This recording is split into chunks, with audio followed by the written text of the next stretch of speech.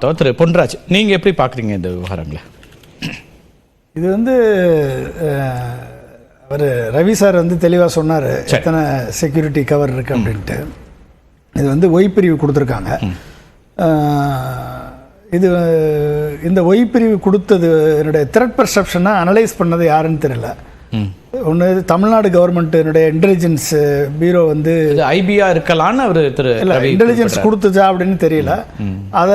அது இல்லாமல் ஐபியும் ராவும் டிசைட் பண்ணி இந்த த்ரெட் பர்செப்ஷன் இருக்கு இவருக்கு என்ற முடிவு எடுத்து அவங்க ஹோம் மினிஸ்ட்ரி டிசைட் பண்ணி கொடுத்தாங்களா அப்படின்றதும் நம்மளுக்கு தெரியாது. ஸோ இது தமிழ்நாடு கவர்மெண்ட் ஒன்று சொல்லணும், இல்லைன்னா விஜய் சைட்லேருந்து சொல்லணும், இல்லைன்னா ஹோம் மினிஸ்டர் சொன்னால் தான் தெரியும். அது சொல்லணும்னு அவசியம் கூட கிடையாது. ஓகே, ஆமாம். அப்போ இந்த இதை கொடுத்துருக்காங்க அப்படின்னா விஜய்க்கு கொடுத்துருக்காங்க அப்படின்னா ஒரு பவன் கல்யாணுக்கு கொடுத்தாங்களா? கிடைக்கல. விஜயகாந்துக்கு கொடுத்தாங்களா? கொடுக்கல. கமலஹாசனுக்கு கொடுத்தாங்களா? கொடுக்கல. விஜய்க்கு மட்டும் ஏன் கொடுக்கணும்?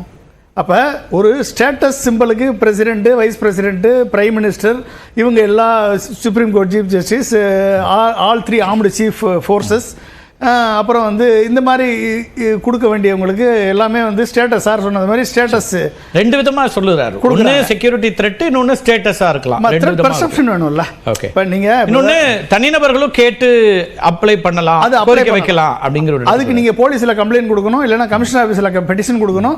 அந்த பெட்டிஷனை ஸ்டேட் கவர்மெண்ட் எவால்வேட் பண்ணணும். அதுல மெட்டீரியல் எவிடன்ஸ் இருக்கு அப்படின்னு நினைச்சா அதை ஹோம் மினிஸ்ட்ரிக்கு ஃபார்வர்ட் பண்ணணும். அவங்க வேலிடேட் பண்ணி அப்புறம் கமிட்டி கூடி அலாட் பண்ணணும். இதுதான் கணக்கு. இப்போ ஒய் கொடுத்துருக்காங்க அப்படின்னா 12 லட்ச ரூபா செலவு அவங்களுக்கு.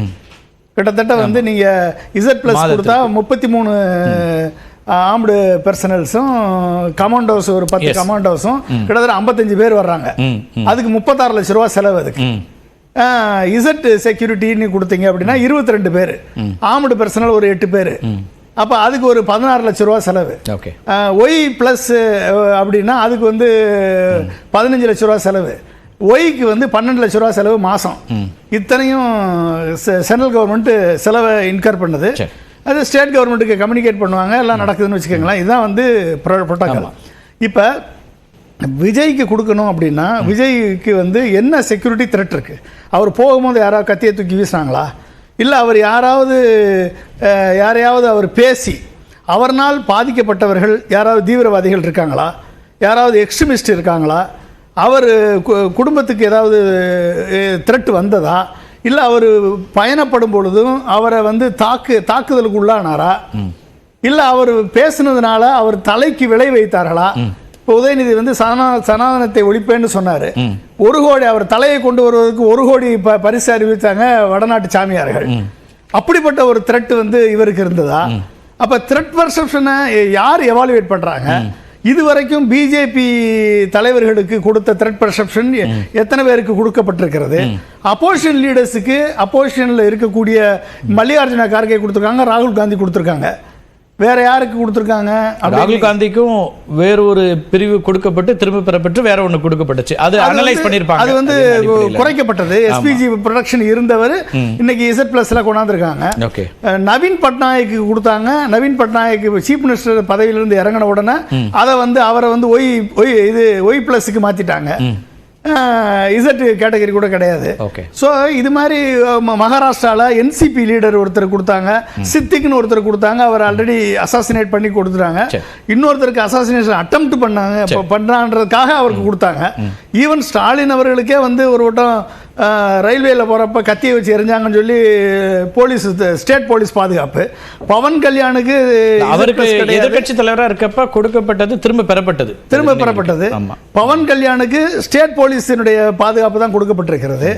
இப்ப திரு அண்ணாமலை என்ன சொல்றாருன்னா, இங்க திரு எடப்பாடி பழனிசாமிக்கு கொடுக்குறோம். அப்ப நாங்க கட்சி வித்தியாசங்களை பார்க்க மத்திய அரசு அது இசட்டா, இசட் பிளஸா, ஒய் பிளஸா? ஒய் செக்யூரிட்டி யாரு? எடப்பாடி பழனிசாமி கொடுத்துருக்காங்களா அப்படின்னு அண்ணாமலை சொல்றாரு. ஆமா, கொடுத்துருக்காங்க. சரி, அந்த ஒய் பிளஸ் எடப்பாடி பழனிசாமி முதலமைச்சராக இருந்திருக்காரு. அவரை விட அதிகமா அண்ணாமலைக்கு எப்படி கொடுத்தாங்க இசட் பிளஸ்?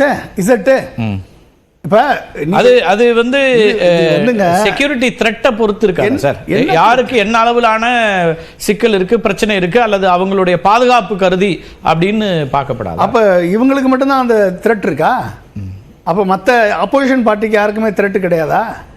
அப்போ எடப்பாடி பழனிசாமியை விட த்ரெட்டு இவருக்கு இருக்கா? சொல்லுங்க பாப்பா, அண்ணாமலைக்கு இருக்கா? அப்போ அண்ணாமலைக்கு வந்து அதாவது இது வந்து ஸ்டேட்டஸ் சிம்பிள் மாதிரி ஆகிப்போச்சு. இப்போ ஒரு போலீஸ் ஒரு தலைவர் பின்னால் நின்னா உடனே அந்த தலைவரை பார்த்து மக்கள் வந்து ஓ அவருக்கு போலீஸ் பின்னால் நிற்குது, இது வந்து ஒரு ஸ்டேட்டஸ் சிம்பிள் மாதிரி. இப்போ தமிழ்நாட்டிலேயே நிறைய பேருக்கு போலீஸ் பாதுகாப்பு கொடுக்கப்படுது. வரக்கூடிய நம்ம விருந்தினர்கள் பலருமே போலீஸ் பாதுகாப்பு தானே வர்றாங்க. ஆமாம், அதுதான் சொல்கிறேன், அதை தான் சொல்கிறேன். அப்படி பார்க்கக்கூடிய மக்கள் மத்தியில் ஒரு 10 போலீஸ் பின்னால் நிற்கிறாங்க, ஒரு பைலட் கார் வருது, புல்லட் ப்ரூஃப் கார் வருது, எஸ்கார்ட் கார் வருது, அதோட வந்து ஒரு தலைவர் இறங்குறாரு அப்படின்னா அவருக்கு வந்து ஒரு பெர்செப்ஷன் கிரியேட் ஆகுது. இவர் ஒரு பெரிய தலைவர் அப்படின்ற பெர்செப்ஷனை கிரியேட் பண்றதுக்காகவே இந்த செக்யூரிட்டியை மக்களது வரி பணத்தை இவர்கள் வந்து வீணடிக்கிறார்கள். அப்ப இப்படிப்பட்ட ஒரு சூழல் விஜய் வந்து மத்திய அரசாங்கத்தை விமர்சிக்கக்கூடிய இடத்துல கொள்கை எதிரின்னு சொன்ன இடத்துல இருக்காரு. அவருக்கு கொடுக்கறத எப்படின்னு யாரு? விஜய் கொள்கை எதிரிக்கு ஏன் கொடுக்கணும்? நீங்க கொள்கை அதான் அதுல வந்து அவருக்கு அப்ப உண்மையாலவே செக்யூரிட்டி த்ரெட் இருக்கு, அதனால கொடுக்குறோம் அப்படிங்கிறாரு. எப்படி எத்தனை கொள்கை எதிரிக்கு கொடுத்துருக்கீங்க? அப்ப கொள்கை எதிரிக்கு கொடுத்துருக்கீங்க அப்படின்னா வந்து சீமானுக்கு ஏன் கொடுக்கல?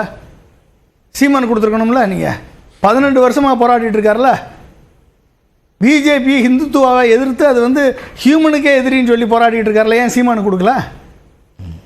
சீமான் மேலே இவ்வளவு கிரிட்டிசிசம் இருக்குல்ல, கொடுத்துருக்கலாம்ல, ஏன் கொடுக்கல?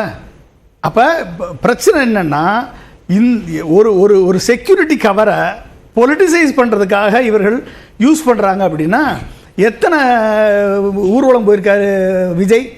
எம்ஜிஆர் போகாத ஊர்வலமா? எம்ஜிஆரை வந்து எத்தனை முறை தாக்கப்பட்டிருக்கார்? அம்பாசடர் காரில் போகிறப்ப வழிமறித்து தாக்கப்பட்டிருக்காரு. எத்தனை முறை தாக்கப்பட்டிருக்காரு எம்ஜிஆர்? ஜெயலலிதாவுக்கு லாரி ஏற்றி ஆக்சிடென்ட் நடந்தது, செக்யூரிட்டி கவர் எத்தனை Z+ கொடுத்தாங்க? இது வந்து ஒரு அரசியல் மயப்படுத்தப்படுது அப்படிங்கிறீங்க. நீங்க உதயநிதிக்கு வந்து தலையை எடுக்கிறேன்னு சொன்னாங்கல்ல, அது பெர்செப்ஷன் கிடையாதா? த்ரெட் பெர்செப்ஷன் கிடையாதா? ஏன் உதயநிதிக்கு கொடுக்கல நீங்க? அப்ப நீ ஒரு ஹோம் மினிஸ்ட்ரி ப்ராப்பரா புரோட்டோகாலை ஃபாலோ பண்ணுது, த்ரெட் பெர்செப்ஷன் இருக்கு அப்படின்னா நீங்க எல்லாருக்கும் பண்ணணும். அப்போ ஒரு இண்டிவிஜுவல் தலைவருக்கு இப்போ வந்திருக்க தலைவருக்கு பண்றீங்கன்னா அதுல அரசியல் நோக்கம் இருக்கிறது, அரசியல் பின்புலம் இருக்கிறது, அரசியல் ஸ்ட்ராட்டஜி இருக்கு. அதை வைத்து தான் வந்து இது சந்தேக கண்ணோடு பார்க்கப்படுகிறது. 3 விஷயம் சொல்றீங்க, பேசணும் நம்ம. திரு அர்ஜுனமூர்த்தி, இது முழுக்க அரசியல் கணக்கோட தான் பார்க்க வேண்டியிருக்கு. அவர் பல பேரை பட்டியலிடுறாரு. கடுமையான விமர்சனங்களை வைக்கக்கூடிய அல்லது செக்யூரிட்டி த்ரெட் இருக்கக்கூடியவங்க தமிழ்நாட்டில் இருக்கக்கூடிய தலைவர்கள் பலரே இருக்கிறாங்க. ஆனால் இவருக்கு மட்டும் கொடுக்கப்படுறது அப்படிங்கிறதுனுடைய பொருள் அரசியலாக தான் இருக்கலாம். திரு KP முனுசாமி ஒரு கேள்வி எழுப்புறாரு. ஜென்யூனே இருந்தால் ஓகே, வரவேற்கத்தக்கது. ஆனால் ட்ராக் ரெக்கார்டு ஒன்று இருக்குங்க மத்திய அரசாங்கத்துக்கு அப்படிங்கிறதையும் சொல்றாரு. இப்போ அமிதாப் பச்சனுக்கு ஒய் செக்யூரிட்டிலேருந்து Z செக்யூரிட்டி கொடுத்தாங்களே, அதில் ஏதாச்சும் அரசியல் லாபம் இருக்கா? அமீர் கானுக்கு படத்துலேருந்து இருக்கிறதுக்காண்டி கொடுத்தாங்களே, அதில் ஏதாச்சும் இருக்கா? இது மாதிரி இவருக்கு ஷாருக் கானுக்கு இருக்கு, சல்மான் கானுக்கு இருக்கு. இதெல்லாம் எப்படின்னாங்க அவங்க இருக்கிற இடம், தொழிலோட அமைப்பு, தொழிலோட விஸ்தாரம், இதெல்லாம் சம்மந்தப்படுத்தி ஒரு IB-லேருந்து போகக்கூடிய இது ஒரு ரிப்போர்ட். இந்த ரிப்போர்ட்டை பொறுத்த வரைக்கும் எப்படின்னா அவங்க ரவி சார் சொன்னபடி இதில் ஒரு அரசியல் கலப்பு இருக்கிறதுக்கு வாய்ப்பு இல்லை. ஏன் வாய்ப்பு இல்லைன்னா அவங்க விஜய் அவங்க வந்து பரந்தூர் போயிருக்கும்போது எல்லாம் ஏதோ தூக்கியெல்லாம் போட்டதெல்லாம் நமக்கு தெரியும்.